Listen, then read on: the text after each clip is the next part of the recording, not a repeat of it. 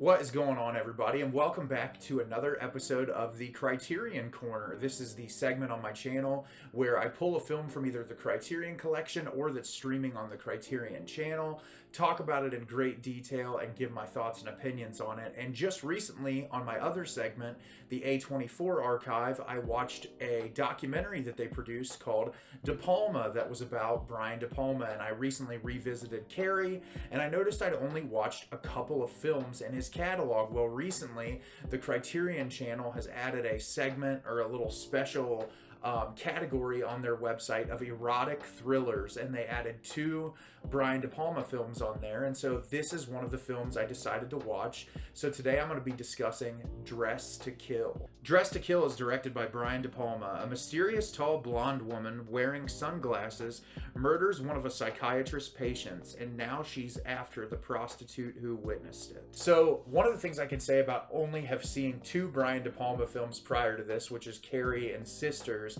his films are incredibly highly stylized, they're suspenseful, they typically have really good performances, and they're just a fun time to watch. So I was really excited to see this after watching the documentary, because what you can tell from De Palma is he is heavily influenced by Alfred Hitchcock, just in the style, the way that his stories are told, the way that he utilizes cinematography. And so I was really excited to watch this film, and needless to say, I really enjoyed this a lot. Now, I will talk about a little bit in the film that there is a problematic nature to the source material in this.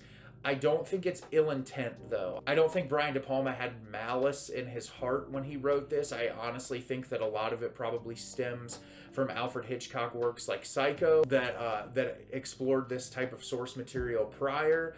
Even in the conversations that they have towards the end of the film, make me think that maybe it's just a lack of education in this time period. So what I'll say before I get into this, it's almost impossible to talk about this movie without spoiling it. Obviously, it came out in like the 80s, late 70s, early 80s. So I'm spoiling a movie from years and years ago. So if you haven't seen it, go watch it. But I can only talk about this movie really with spoiling it. So I'm going to get into it now. So we start following this woman at the beginning of the film, and we're shown, she's married, but her relationship with her husband isn't all that great. She has this young son who he's incredibly intelligent, constantly working on different machines and things in his room.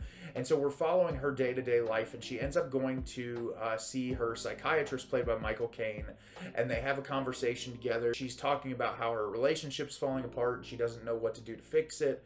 And so she leaves the psychiatrist's office. She ends up going to this museum and hooking up with this guy after this huge long chase sequence through a museum. She ends up going there. Through this set of events, she goes to leave his apartment and runs into this woman who has blonde hair and sunglasses on, who ends up killing her. And so the first half hour of the film, you're following this woman, and then the trajectory shifts where the prostitute who witnesses this murder is who we begin to follow. We watch the film through her eyes. The police accuse her at first of being the one to do it, and through a certain set of circumstances, she ends up meeting the murdered woman's son, and the two of them are trying to figure out who committed this murder. So I thought this movie was so much fun. It's very highly stylized. The cinematography in this is absolutely incredible.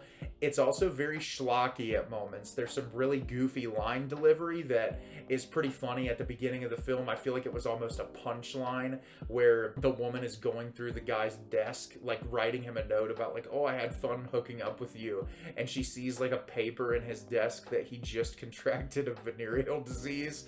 And it almost felt like Brian De Palma trying to tell a sick joke.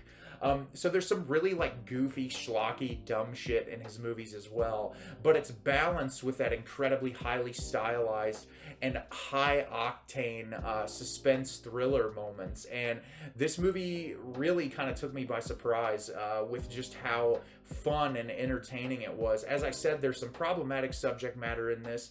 It's revealed at the beginning of the film as the killer calls Michael Caine's office and tells Michael Caine that she is transgender, the killer is, and that she has this conversation about feeling like a woman trapped inside of a man's body.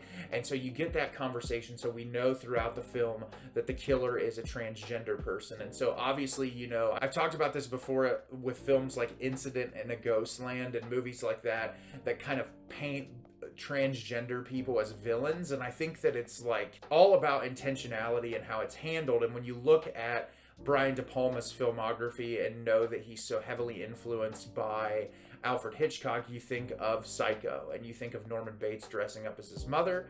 You think of him embodying that, and part of me wonders if it was an influence in that regard, because at the end of the film, our characters are having a very in-depth conversation about transgenderism, and it doesn't seem like it's being talked about in a negative way. It just seems like it's being discussed openly.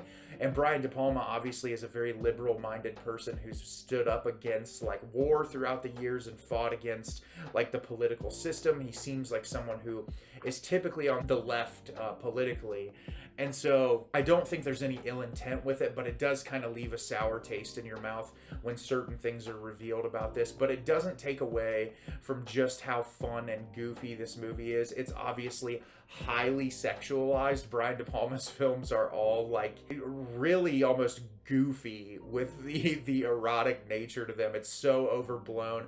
Elements of it feel almost like if Hallmark was more sexual. I don't know. It's almost like softcore pornography in a way, but done so to where it kind of makes you laugh. Like most of it, there's nothing really sexy about it. It's just really like kind of funny how overt and ridiculous the camera hangs on it. Like I talked about it in my Carrie video, but just like watching the way that he shoots things in Carrie, it's just kind of funny. And the way it translates into this film was pretty ridiculous as well, but I enjoyed this quite a bit. I think the plot twist at the end, while kind of predictable, was still really fun. It didn't take away from my enjoyment of it.